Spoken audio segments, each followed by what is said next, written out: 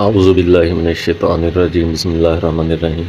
یہ جو شعر عام طور پر پڑھا جاتا ہے سلطان باہو کی نسبت سے، کہ مرشد دا دیدار بے باہو سانو لاکھ کروڑاں حجاں، یہ پنجابی کا شعر بہت ذوق شوق سے پڑھا جاتا ہے۔ بڑے بڑے مفتیان اکرام، بڑے بڑے شیخ الاسلام اور بڑے بڑے استاذ العلماء کا دعویٰ رکھنے والے لوگ پڑھتے ہیں، پڑھاتے ہیں، پڑھتے ہیں۔ تو اس پر کچھ سوالات ہیں، ان کے جوابات چاہیے۔ ایک سوال یہ ہے کہ حضرت اویس کرنی آپ سرکار کے بارے یہ بیان کیا جاتا ہے کہ انہوں نے سید الانبیاء صلی اللہ علیہ وآلہ وسلم کا مبارک زمانہ پایا، لیکن آپ کی زیارت نہیں کی، اس لیے کہ آپ کے حکم کو اہم سمجھا، شریعت کے احکام کو، آپ سرکار کے احکام کو اہم سمجھا اور ان پر عمل کیا۔ آپ کی ایک والدہ تھی بزرگی میں، تو آپ نے سید الانبیاء صلی اللہ علیہ وآلہ وسلم کی زیارت تو نہ کی، اس لیے کہ حکم پورا کیا جائے، وہ زیادہ اہمیت رکھتا ہے، تو آپ نے وہ حکم پورا کیا۔ تو یہ تو حضرت اویس کرنی کے بارے میں یہ بیان کیا جاتا ہے۔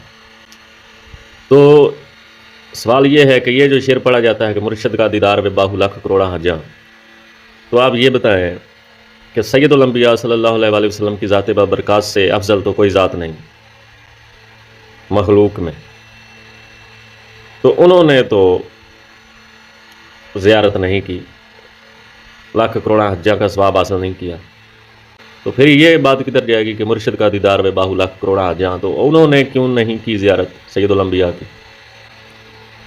جو پیروں کے پیر ہیں، اماموں کے امام ہیں؟ اگلی بات، اگلا سوال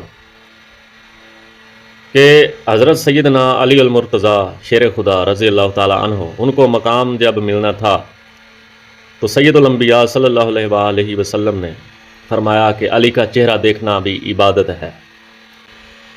تو ان کو جب مقام ملنے لگا تو آپ کے بارے میں سید الانبیاء صلی اللہ علیہ وآلہ وسلم نے تو یہ فرمایا کہ حضرت علی کا چہرہ دیکھنا عبادت ہے۔